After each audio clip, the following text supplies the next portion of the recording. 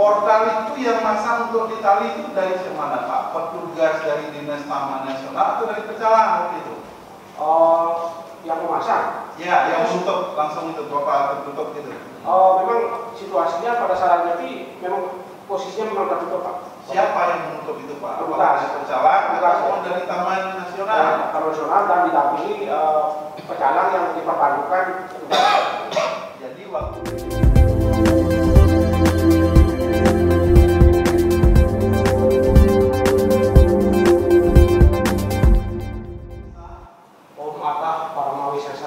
saya bersumpah sebagai saksi dalam perkara ini.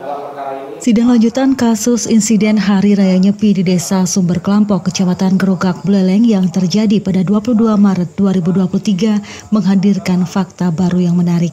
Pada sidang Kamis 15 Februari 2024 di Pengadilan Negeri Singaraja, Jaksa Penuntut Umum menghadirkan saksi Ketut Widiantara dari pihak Taman Nasional Bali Barat.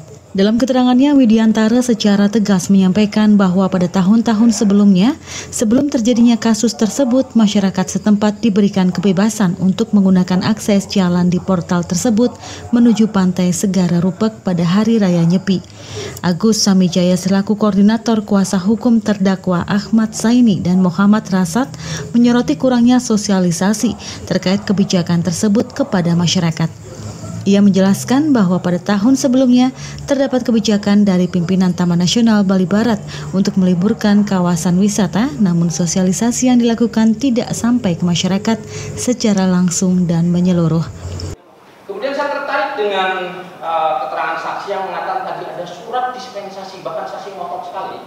Ada 2 surat Pak yang saya punya. Satu itu surat edaran, kedua surat dispensasi.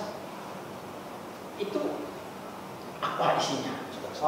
Pada intinya dispensasi sosialisasi bahwa ada penutupan kawasan. Itu terdapat ada data edarannya itu kepala desa-desa di sekitar kawasan termasuk lurah dan camat. Gitu Pak. Untuk meneruskan ke suaranya. Yang menarik menurut Samijaya adalah adanya surat dispensasi yang menjadi sorotan dalam sidang.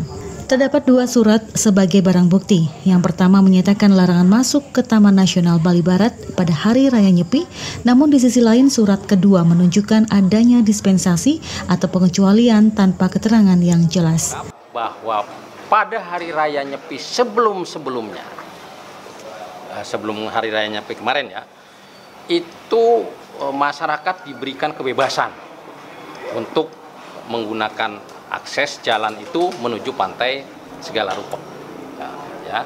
Jadi itu perlu dicatat, diberi kebebasan dan tidak ada larangan. Ya.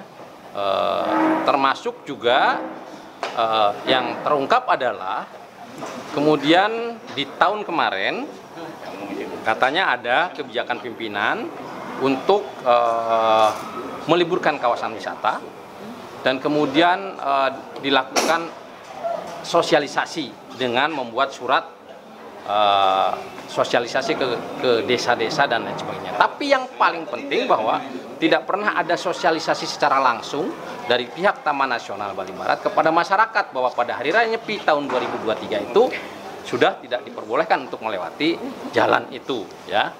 Dan saksi juga tidak mengetahui apakah surat sosialisasi yang diedarkan ke desa-desa itu juga oleh aparatur desa ataupun bendesa itu disosialisasikan tidak kepada masyarakat. Itu jadi saksi tidak tahu. Dan seharusnya menurut kami sosialisasi itu juga bisa dilakukan dengan memasang pengumuman ya, atau menempel surat edaran itu